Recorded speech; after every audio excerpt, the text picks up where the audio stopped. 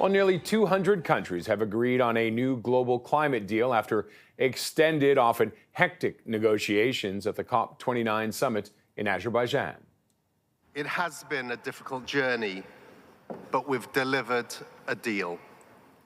This new finance goal is an insurance policy for humanity. Wealthy countries, including Canada, pledged to contribute $300 billion a year by 2035. The money will help developing nations cope with the impact of climate change. The new goal is intended to replace the previous commitment to provide $100 billion a year by 2020, and that goal was met 2 years late. That the developing country is saying that it's taking the lead with $300 billion till 2035 is a joke.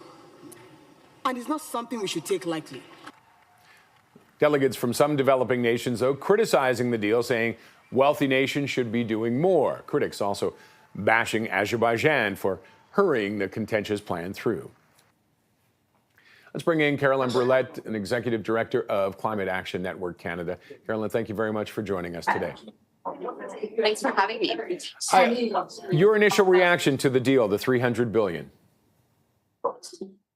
The $300 billion deal, unfortunately, does not bring us forward in a substantial manner. When adjusted for inflation, it's pretty close to the $100 billion amount that had been agreed to in Copenhagen.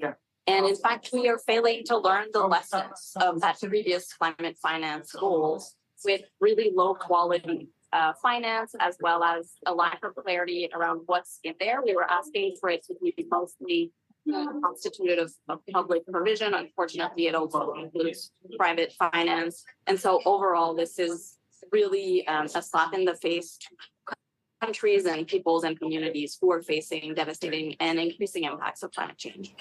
And excuse me, many of those people from those countries have been asking for, I believe it was 1.3 trillion. That is a massive number. Yes, the $1.3 trillion was the demand from countries in the global south, and actually is what has been calculated as what is needed to meet the needs of countries in the global south when it comes not only to mitigating climate change, but also adapting to its increasing impacts, as well as responding to the heartbreaking losses and damages that we've been seeing across the world. This number can be found in the COP agreement. However, it's an investment deal. The positive signal, however, there is that there's a Baku to Belém roadmap that basically will force countries to come together and show how they can eventually meet that. Now, with this $300 billion that is committed, how would you like to see that spent? That is an amount that should be, first of all, prioritized and mostly accessible for least developed countries and small island developing states who are at the front lines of the climate crisis. These are countries who are not only poorer, but are really the ones facing the brunt of the climate crisis, and often have a lot less access to not only capital, but typical climate finance resources.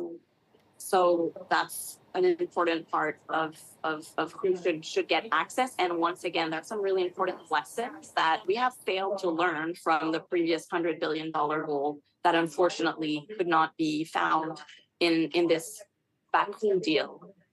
Overall, this was a truly bad COP.